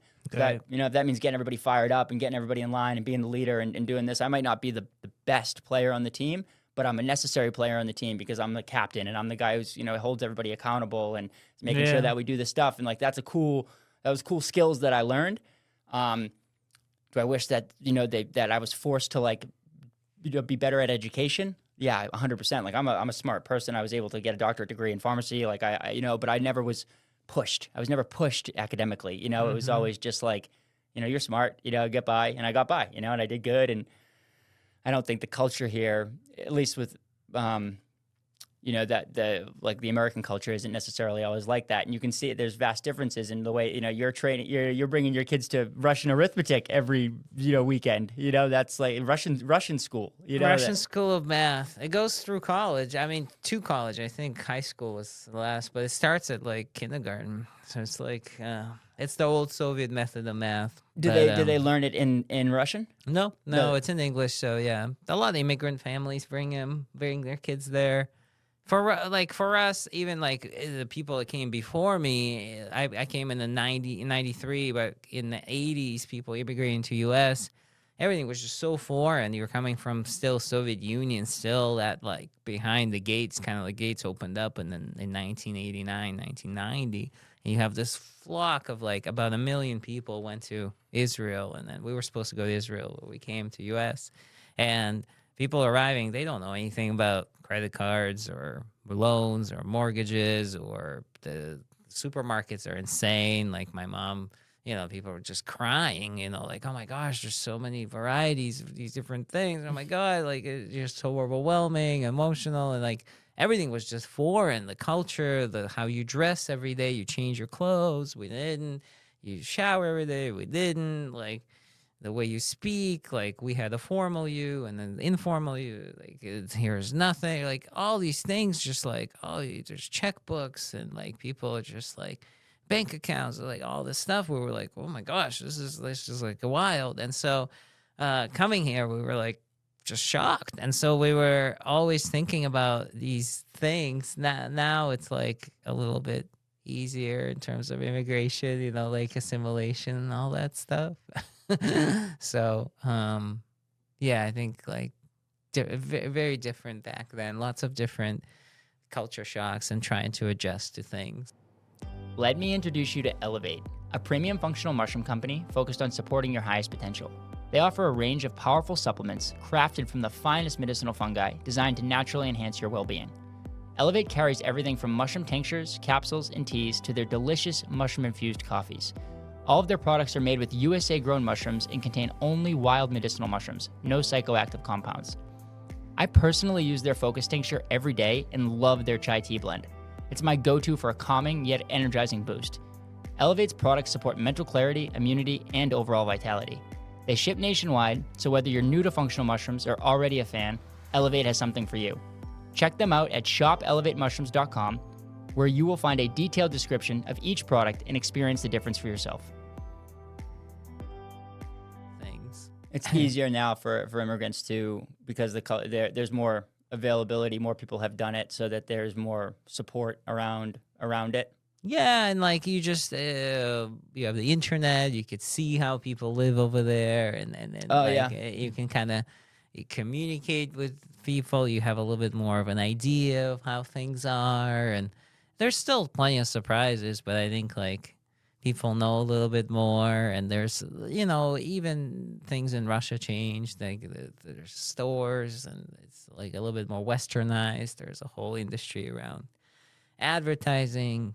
and the stores look very much similar to here. There's like self checkout. A lot of it is like even pushing the envelope above US. Like, for example, like here only recently you started being able to use the phone to pay for stuff, but in like just Moscow, like outside of Moscow in St. Petersburg, it's like Wild Wild West. It's like, the provinces are just horrible. Like it's just very, very poor, remote, like not very good living conditions. But in Moscow, like all these stores are like so westernized. Like you got all like self checkout, they like the Bluetooth, like you do your phone, you scan all your stuff yourself. Like it's all pretty similar. Like people coming from there. Yeah, it's not as outside. much of a culture shock when when you come over from here now. What do you think about, like, because like immigration is like a huge topic right now in the world, and between like illegal immigration and what's happened here over like the last 4 years versus like legal immigration and the H-1B visas, like that's a huge conversation. If you know anything about that, so like what is is like immigration's good. I think immigration is great. America is a place, but it's you still, like Russia. Like I think that if Russia had this many immigrants coming to them, people immigrating to Russia, like Russians probably wouldn't be happy, right? They would probably be pretty pissed off if people were doing English math and trying to learn all this English stuff and doing all this within their own society. Do you think, or what's your take on it?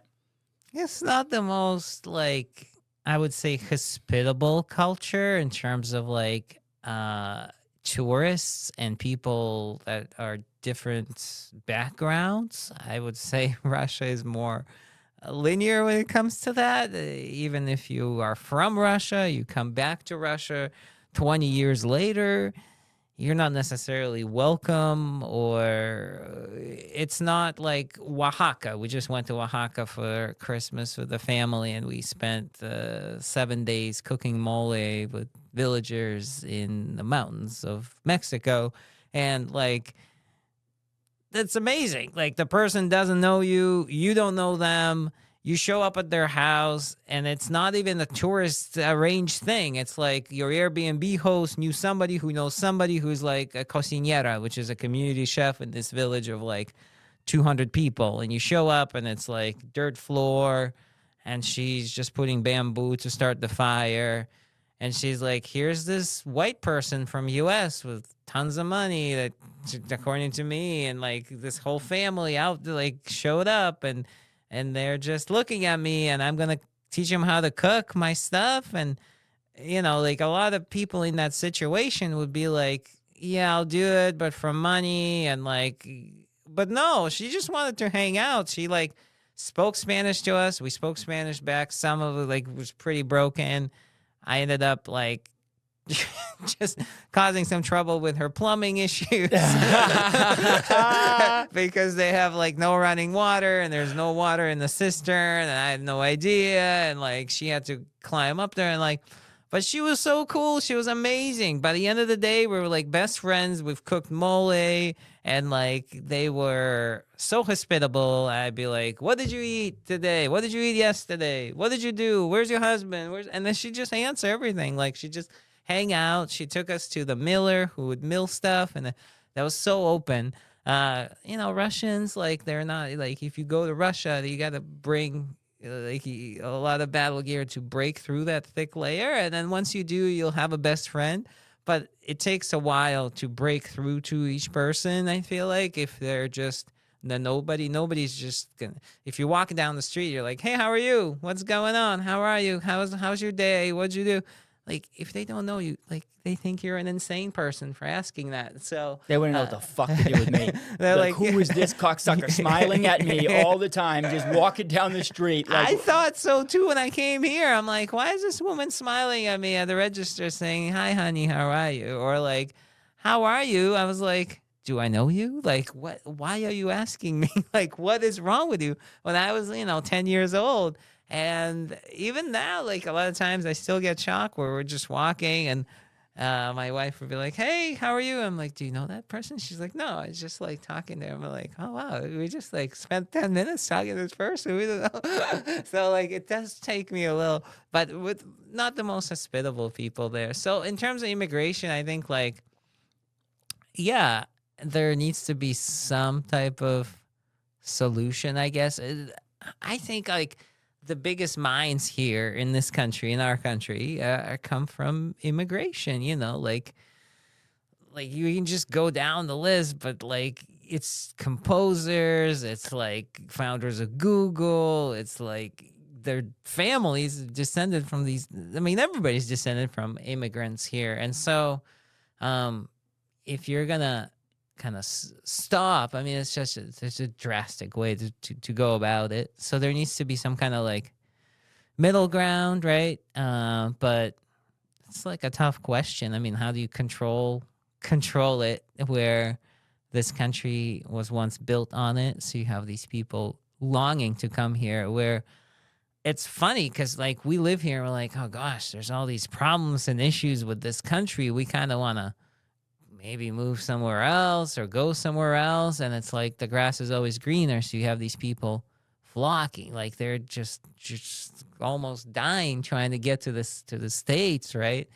And so it's always been kind of like a struggle. I don't have a solution to like who to allow in, who not to allow in, who to say you can't be here anymore. Maybe we need to just build more infrastructure to welcome people that want to come here. Maybe we should make laws and rules that say, okay, well, we can't let everybody in, but if you are or going to be self-sufficient or be able to, provide for yourself, then yes, we can have you here, but you need to prove certain things. Maybe there's some like to do there. Blindly just saying, hey, got to get rid of all these people that are here, kind of crazy. But kind of, everybody's got different opinions and, like, we'll see what happens, I guess. But I think, it's part of the ethos, culture of the whole country here is like, we've grown up on this. Everybody here comes from some type of immigrant. So it's just, yeah, it's how long ago did you immigrate here, I think is what it's coming to. And I think it's probably like most, America's very different, I feel like, because it's, so many different people, immigrated here, and we've created this, our own culture. And then like, you have some people who are, that are Polish or Irish or, Swedish and they, German that have been here for now 7-8 generations, and so like some of the first people, like I have like an Eastern European background too, so like Polish, like some of the first people that came over. So like, on the Mayflower, they needed a few people who could blow glass because they needed glass for their houses, and no English person could do that. They weren't good at it. So it was all the Germans and the Poles. So they actually said like the first union that was ever created in the United States, it was the Germans and the Poles because they didn't have the same rights in the Mayflower as the English people did, but they blew all the glass and they created all of it, and they knew. So they like one day they were like, oh well, if you don't give us the same rights, we're done with this. And we're not going to blow you guys glass anymore. And it was like the shortest strike of all time. Like one day, and they were like, fine, you guys get all the rights, you're in. And so like, I think it does come down to, cause like, you wonder it, like our culture is different in that like, there's more focus on sports, there's more focus on that. And then if you bring a bunch of people here who are a lot more academically disciplined and, those are going to be the people who get the jobs and who are, who have money and are, now in positions of control and positions of power. And that's what makes, older older generations of people who have immigrated here, they're fully embraced. Like when people ask me like what like what I am, like I'm not a Polish American. I'm not a, German American. I'm not a Swedish American. I'm an American. That's just what I am. Like I have Polish heritage, but like I'm an American, and like, but would you say like you're an American or you say you're a Russian American? I'm American. I mean, I've lived here since I was 10. I was naturalized here. Huge part of my life, like 32 years now, I've lived in this country. So actually coming up here, January 28th was the date that I immigrated in 1993. Cool, so, We'll have a little celebration here, probably with just me, my mom, maybe my uncle, or not. I don't know, but like It's awesome. it's been like most. So I say, I'm Americanized, but I do have a lot of like the Russian culture still in me. I listen to the old Russian bards. I sing their songs. I put them on. I have like old tapes from the time I came. I still read Russian literature, like Russian books. I follow these like podcasts that are like about stories of like immigrants and Russians. So I do like, I think a big part of me has that heritage in me. I still speak Russian to my kids. My kids understand Russian. So I still have that in me, but I'm very westernized, like Russian speaking person, I'd say, because like, I've been here for so long. So all my kind of, I align with the West a lot more than just that East, like, people that are just fresh off the boat. They might be a little bit more in the old school way. Yeah, that's dude, it's real. It's a fascinating conversation to have because I think is what it comes down to is like, the American people, if they're worried about this, they need to just, they need to step up. And like, we need the same type of support that that like, at least in the last couple of years, like, I saw a report yesterday that, like, I agree with you that, people that are here, sure, we should create some infrastructure. And like, if you're a criminal or you've done something wrong in your life, then I don't, probably not. I could, see you later. Like if you're a bad criminal, like, see, or you've committed any type of crime in this country, like, see, bye. But if you are a person who is, awesome and you want to help and you just want to be an American and be, build, contribute to the culture, like, I think we should create infrastructure for that. 100%. And I think that like Americans, I think that the answer to it is that we need to, we need the support. I know what I was going to say is that I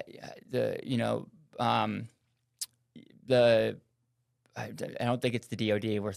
I'm thinking maybe it is the DOD, but the State Department, last year in the last 4 years has given $1.6 billion to illegal immigrants who have come to the country in prepaid debit cards.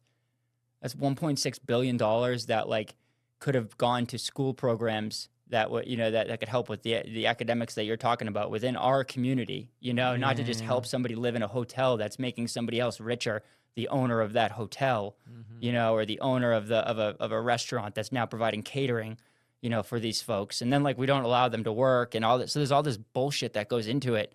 And I just feel like the Americans, we just need to step up. If if you're worried about this, you need to step up and you need to think differently and teach your kids differently and take more control somehow back of that of the culture, because I think it did exist here, and it's we're like we taught our kids a lot and we're more engaged. And then the boomer generation, I feel bad for them. I also get angry at them a lot, and just because they were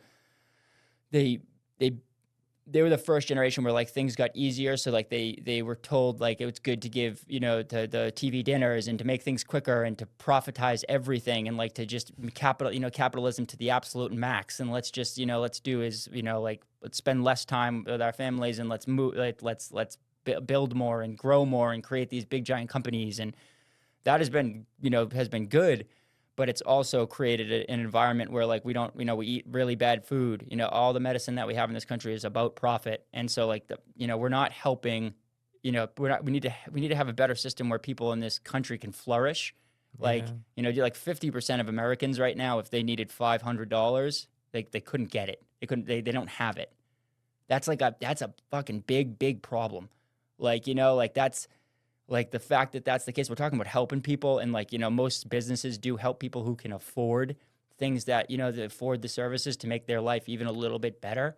And it's like you need to help the bottom people here. You need to help the people who are struggling the most and help them get their their hierarchy of needs. You need to get them met. You need to get them help them feed themselves and help them be able to put their kids through school and be able to be there for their kids. And so like. I honestly think it can all happen. All of this can happen. We can have a beautiful, flourishing immigration program and help the people of this country at the same time. But it's just the leaders need to not, be a bunch of self-serving pieces of shit. Yeah. I mean, it's interesting. I think like it comes down to relationships and just polarization of and really division of people that like it's been happening through last while. Like even under Obama and even before that, you had this like divide, right? And so it's really us kind of using the internet, using all these connectivity tools, and becoming less connected because we have all these tools in space. And I feel like it goes hand in hand with this like division and bipartisanship, because it ends up becoming that you are saying that, and then whoever's listening to this now who has a completely different view and says, all right, you know what, I don't want any of these immigrants here, I don't want them even part of my soil, whatever. Like, they have like such a different view from you, right? And then if the two of you got in a room, then it'd be really difficult to ask the other person, well, why do you think so? And it might be like, it could be like one or two experiences that they had that just for some reason formed that one opinion, that they need to have another experience to sort of muddy the waters a little and maybe come to a middle line here where we're not so stark different between our opinions, because we've gone, and it's happening, like noticing around the world and Europe and stuff too, like just the differences in opinion are so stark where we cannot have conversations with each other about why we have these opinions. It's more like, well, this is how it is. I think it's the right way because look at that and look at that and look at that and look at that. Is more like other things that somebody else has said. And so you would form your opinions based on like just kind of listening to someone else and just for multiple reasons. I know people form their opinions, but the time of like being able to discuss it, probably more need for that than ever now, because like to try and bring people together that are of opposing views is just really difficult, Yeah. And people don't reach out or do any of that. So, Are you familiar with? And I mean, that's why I do what I do here. I always want to have people on with opposing views, and like I'm a pretty middle type of guy. I'm willing to hear all perspectives. So like I try to have everybody on who will have this opinion and then that that opinion, and kind of help me understand like where what my, and just then I can make my own opinion on it. And it's generally like never one side or the other. Yeah, no, totally. That's good. It's good to connect. Have you seen the ban with TikTok that's happening? So basically what's happening is the United States government is trying to ban TikTok on the 19th of January. And so because it's a Chinese-owned company, 20% owned by a Chinese company called ByteDance. And like realistically, it's there's not nearly as much worry as like what we're talking about in terms of them like using our data or taking our data or whatever. Like there's a lot of stuff in place that's preventing that already. From my understanding, at least. So all these, all like the Gen Z kids, that were on TikTok and have like become famous from TikTok and just have love that platform. They downloaded this app called yesterday. It was the #1 streaming app on the App Store called Red Note, which is a Chinese social media. So we're talking like hundred thousands of people like migrated from TikTok to this Red One app. And it was like, so this app is like, it's, TikTok, which is like super, very liberal, like this, that, this is an app that like doesn't, there's only two genders. It only there's like, it bans like LGBT content. But then you have like all these Americans coming on there, like saying like, oh, we got banned from TikTok, like because it's a Chinese spy company. Now we're actually going to go to a company that's fully owned by China so that they can have all of our data to tell the United States government to fuck off. And is what happened as a byproduct of it. There's all this beautiful cultural exchange where people are like recognizing the Chinese people are recognizing the Americans and the Americans are recognizing the Chinese people, that like, oh, we're actually like very similar. And like just our governments are the ones that are like telling us that, that we hate each other and that we're so different and that we have all these problems. Like we can all exist happily together. Maybe sometimes separate, sometimes together, but we don't have to have all this like hate, and that's what creates no discourse. So it's like people helping each other with like their homework, like, like Chinese people encouraging the American people, to do this. And like, it's like, so it's, yeah. That's And also the cool. Americans like being respectful of like the Chinese culture that's on there, saying like, hey, we're new here. We're trying our best. Like, we don't always know. Huh. Um, That's awesome. it is awesome, right? It is awesome. But like some people would tell you like, oh no, that's not awesome. Like, we gotta kill China. And I do worry about China, because I worry about like the leadership of China. I worry about like the discipline of the leadership of China and of the Chinese people, if they were put into a certain place, to Yeah. be propagandized against us. Like, that is a worrisome thing. And so it's just the like the geopolitics of the world that's going on currently is fascinating. And I like humanity is what, humanity is what's always going to shine through relationships. Yeah. And so like trying to create those, and if you can't do that at like a, at a country level or like whatever, like right now, at least do it within your own community, and Yeah.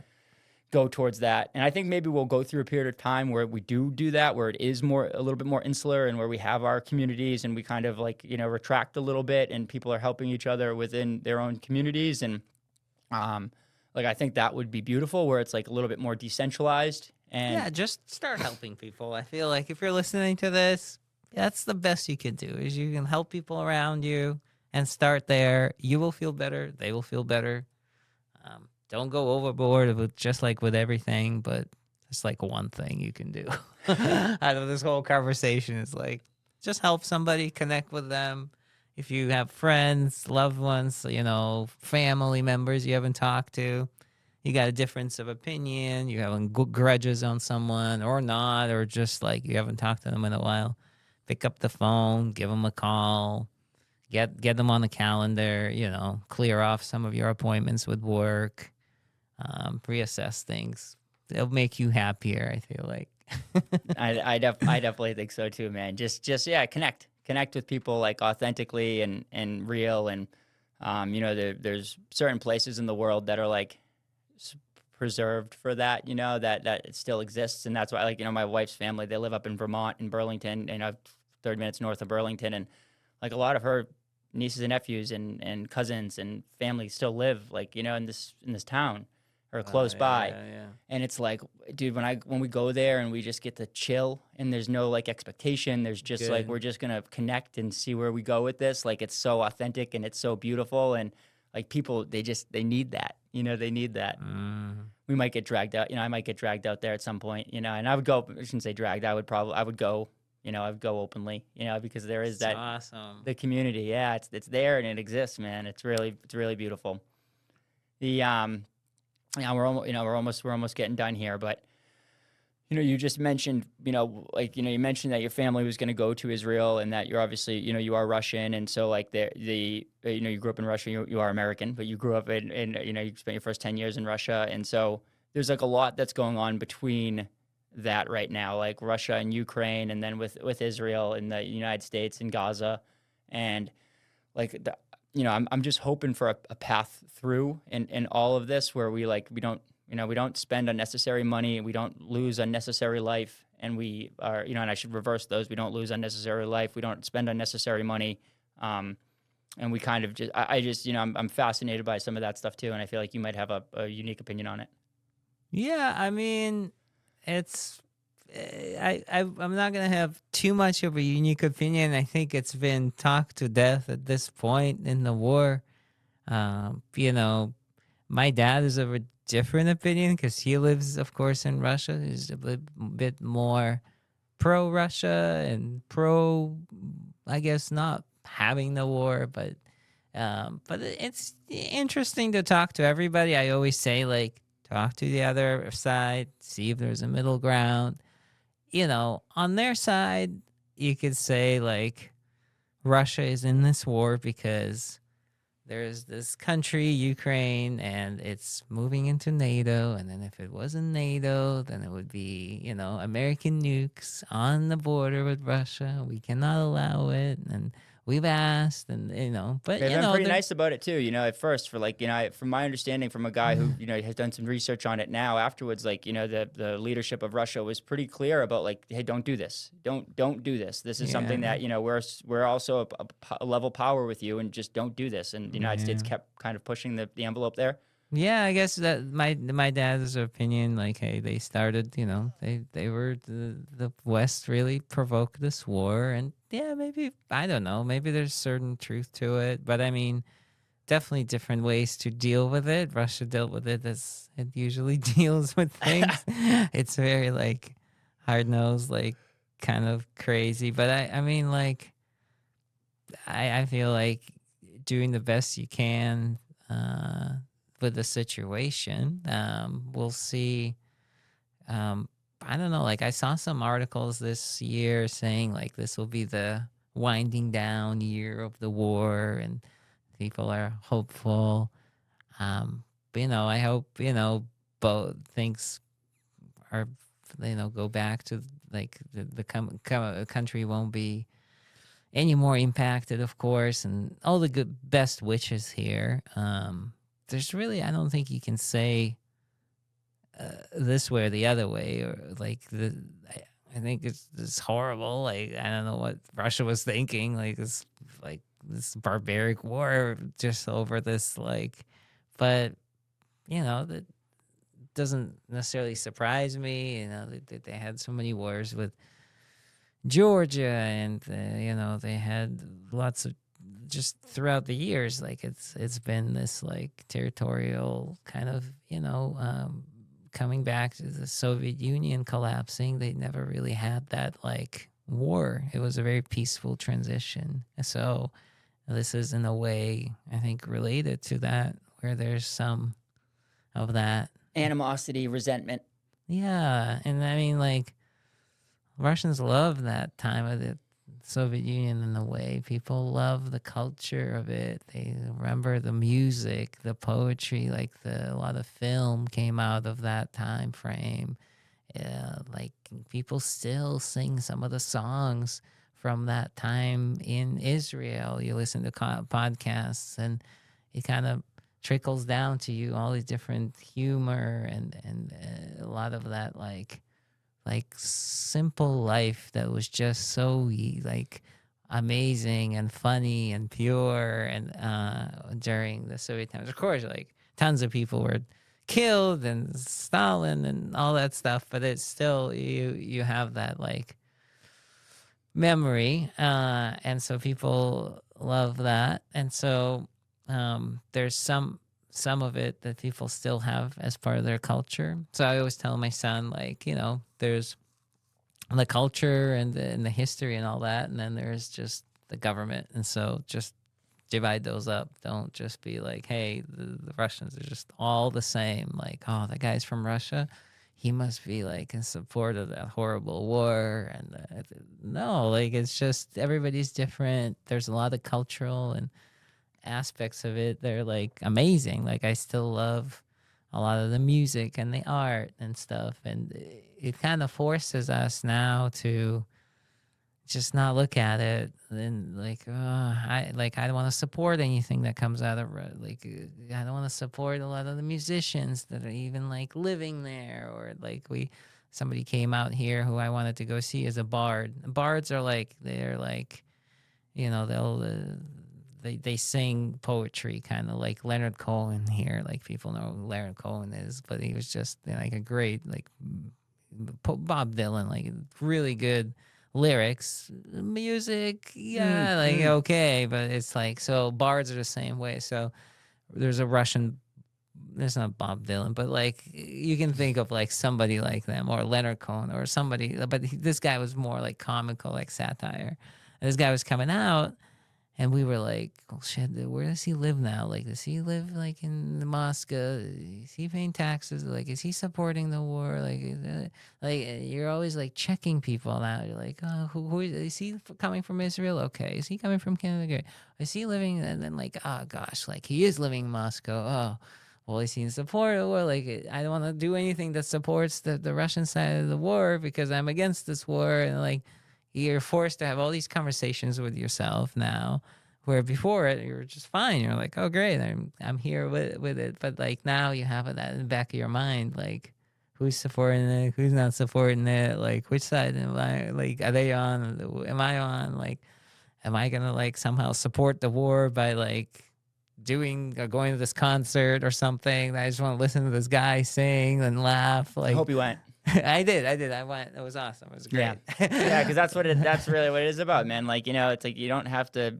People are complex, situations are complex, and like, I'm glad that you made that decision.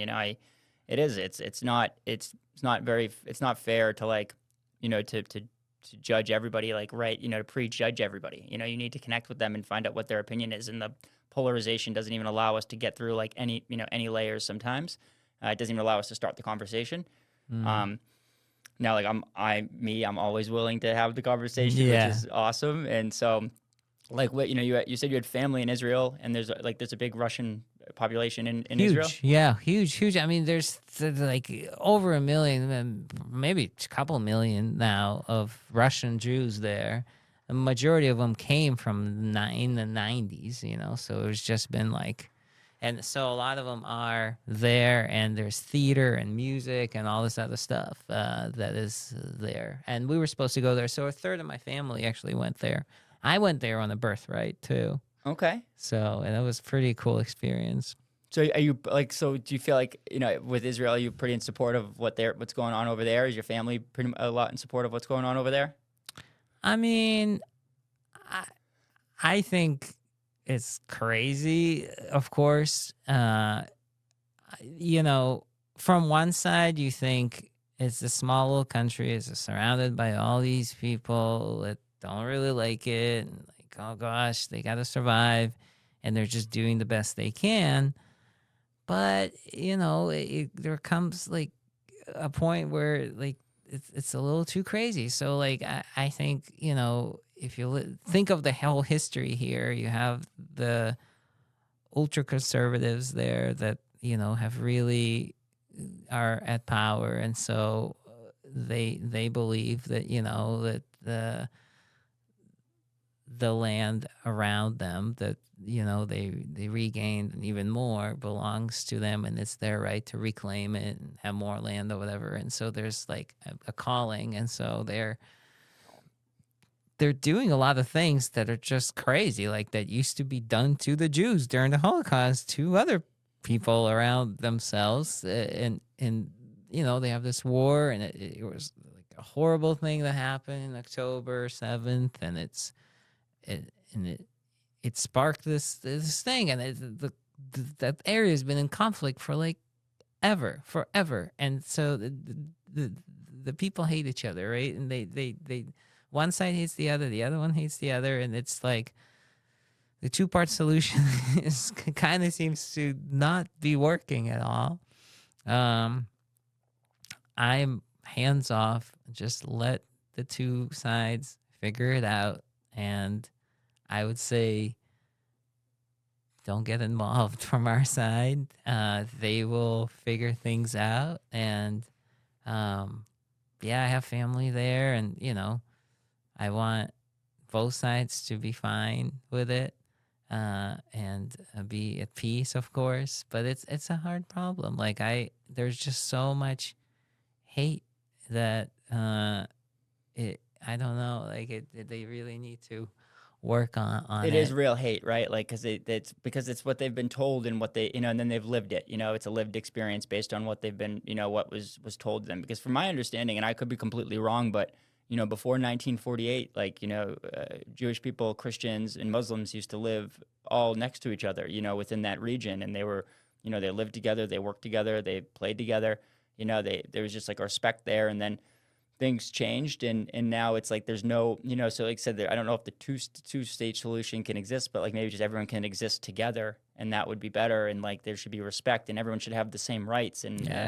just like here, right? Like, doesn't matter if you're, Russian American, or if you're American, or you're Polish American, or, if you're an American, you are American. And that's what matters. If you're Israeli American, you're an American, you have the same rights. So like, doesn't matter if you're, Palestinian or Israeli, like whatever that place is, whatever you want to call that place, everybody should have the same rights, And so like, I know that that's so hard because there's so much hate and so much cultural difference and so much, so much time, but like, you want to know what? Like, white people in this country used to enslave black people, and they, like horrible shit. And guess what? Like, we're living together and we're doing awesome together and we're thriving. And, you know, like racism, even though they make you think that it's a huge problem in the United States, even though some systemic racism absolutely exists, it's not. We're getting better, and we're going to continuously improve and make that better. And so, like, it can happen, right? It can happen, you know, like hatred and that, like, you know, as long as we don't pilfer it, you know, we don't put it into the, you know, we don't keep talking about it and keep, like, let's just talk about loving each other and moving forward and figuring out a better way here, right? Yeah, totally agree with you. I think it's gonna. I'm an optimist, so I always think of like, look, it'll get resolved. People will see each other. They will see each other, and they will figure things out, how to live together, because we need to. But I don't know. That I look at my two kids, and they're always like, they're bored, they'll start a fight. I'm like, it's just similar thing. Like, I'm like, now there's two nations. Nobody can just live in peace. And we're just like, oh man, it's kind of too boring. Let's just start a fight, you know? Let's just juice it up a little bit. And you want to know what, man? That's a thing. It's if we live in a system of conflict where conflict is all around us and it's always happening, it's our nervous systems will just get, you know, further ingrained into it. It's like, you know, I've had to work on this, right? Like I grew up in a culture of conflict. Like, you know, my dad was always stressed. My mom was there's always something wrong. Like we all, you know, there was always had to be something wrong for us to. So sometimes in my young life, I needed conflict to get energy and to get motivation. And, you know, oh, this happened, so I got to do this. This happened. And I had to learn how to I had to unlearn that. I had to unlearn how like not to be motivated by conflict and to be motivated by, and it still happens sometimes where I'm like, oh, why am I like just trying to like say, you know, this person didn't think that about me or they didn't say that about me. Like, I don't need to think that way. I don't need to start conflict to make this happen. I can just do it. I can just exist. Yeah. I think there's a lot of that. Yeah, totally. Now, my last question is: Will you come back on the show and talk to me about some of the, you know, the Russian influences that you have? You know, like I used to read like a lot of Nietzsche, and like, you know, a lot of some other Russian guys that I, you know, had some understanding of, and so like I want to get when I was younger, but I have lost a lot of this, and so I want to go back and kind of study it, and it would be cool if you could take me through some of it. Yeah, I'd bring my guitar, sing some songs for you too, man. If you got a guitar here, I'd sing some songs. Yo, some dude. Russian songs. Let's go. Okay, yeah, let's go. Giddy up. Then we're gonna. I mean, we can talk about. I can recite some Pushkin, but anyway, you don't have a lot of like Russian listeners, maybe, but maybe you do. Who knows? Well, you want. That's what I'm saying. That's what's going to be cool about that episode is that we'd have a really cool, you know, because you obviously have people who are you know, that would. You know, that would want to watch that. You do have that audience, you know what I'm saying? So like it would introduce them to me and introduce them to be like, oh, hey, this American guy, you know, pretty cool. You know, this, you know. Pushkin, we can talk about Pushkin. We'll talk about Turgenev. We'll talk about Tolstoy. Talk about Bulgakov, Master and Margarita. We'll do a crash course on all sorts of like classics. We can get into like Gogol and Gorky. And we do like Americans love the nose, or Americans just salivate over Dostoevsky, which in Russia, it's like, all right, he was like a writer, great. Like he wrote some good stuff, but like his wife actually helped him most of the time. He had like epilepsy and big gambling problem. And like his wife kind of like was the businesswoman, like helped him out. And she was the stenographer who like transcribed all his shit. And she actually like wrote half his stuff. But it's amazing. Behind every great man is a fucking even greater woman. Like it's really fucking she true, was dude. basically carrying him. But yeah. We can talk about like Russian, whatever, classics, culture, music, all that stuff. It'd just be a really great conversation, and I know my audience would like really appreciate that because they're culturally in tune. They want to learn more. They want more, and it's like if you can get it from the source, from authentic people who have been there and lived experience, like that would be a giddy up. Yeah, let's do that. That's gonna be fun. Cool. That's the next one. Then we'll plan it. Where can the people find you if they want to reach out? Oh, criminallyprolific.com is my personal site. You'll see all my projects on there. So criminallyprolific.com. Giddy up. Well, guys, if you want to reach out to Dmitry, please do so at criminallyprolific.com. This guy is a beast. He can help you if you're in the world of SEO, if you're in the world of anything. He's helped 500 plus companies go from, thousands of views a day to, upwards of millions of views a day. So that, he's a serious guy. He's the king of SEO. He's a really good person, as you've heard here today, super articulate. super compassionate. So please follow him, reach out to him, look out for our next episode. Make sure that you like and subscribe to my podcast and to to this show and our new show, Shut Your Mouth. You guys always support us, so we appreciate that. And Dmitry, thank you so much for coming on today, Thanks dude. for having me, man. It was a blast. I'll come back with a guitar. Fuck yeah, baby. We're coming back with the guitar next time, baby. We're going to be singing some Russian songs, some bards, if you will. I'll have to learn. You'll have to send me one. I'll learn We one can before. sing some regular songs too, whatever. Giddy up. Regular songs, Russian songs, just Rock, all of it. just whatever. Rock out a little bit. I'll bring a tambourine or something, something. Or maybe there's a cool Russian instrument you could bring for me that's easy to play.